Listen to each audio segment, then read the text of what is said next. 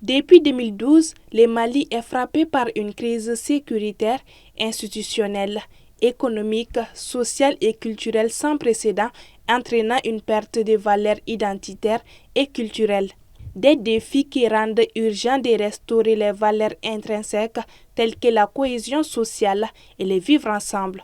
C'est dans ce contexte que l'année 2025 a été décrétée année de la culture au Mali. L'année de la culture, c'est des hommes, des femmes, des citoyens. Dans cette veine, il était impératif d'imprégner les jeunes, notamment les universitaires, de la citoyenneté et des valeurs culturelles. Je pense qu'il n'y a pas un endroit mieux placé que les universités, les écoles secondaires, les instituts pour faire passer ce message-là de transformation sociale et de transformation économique que nous sommes en train de prôner. Il faut qu'on s'écoute, il faut qu'on s'approche l'un de l'autre, il faut qu'il y ait l'égalité, il faut qu'il y ait l'équité. Donc il y a tout ça là, il faut qu'on se donne de la valeur. Toi tu te donnes de la valeur, l'autre aussi a de la valeur.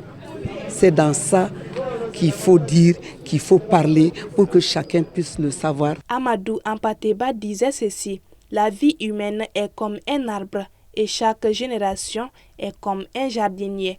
Le bon jardinier n'est pas celui qui déracine, mais celui qui, le moment venu, sait élaguer les branches mortes et au besoin procéder judicieusement à des greffes utiles. Fin de citation. Il est donc demandé à ces universitaires d'être ces bons jardiniers afin de pouvoir s'ouvrir vers l'extérieur en la foi pour donner et pour recevoir. Et donc on ne peut pas parler de citoyenneté à un peuple qui ne connaît pas sa propre culture. Parce que c'est notre assise culturelle, notre substrat culturel qui assoit qui est le fondement et le soubassement de notre identité existentielle. Je suis convaincue que la culture peut aider à développer le pays parce que quand tu es instruite et avec ta culture, je pense que ça peut être un apport, un plus pour faire avancer le pays. Comme on l'a dit, le monde est vieux, mais l'avenir sort du passé. Donc quand nous respectons nos valeurs, c'est-à-dire nos cultures passées, c'est-à-dire nos cultures traditionnelles, donc ça pouvait nous servir des jours à venir.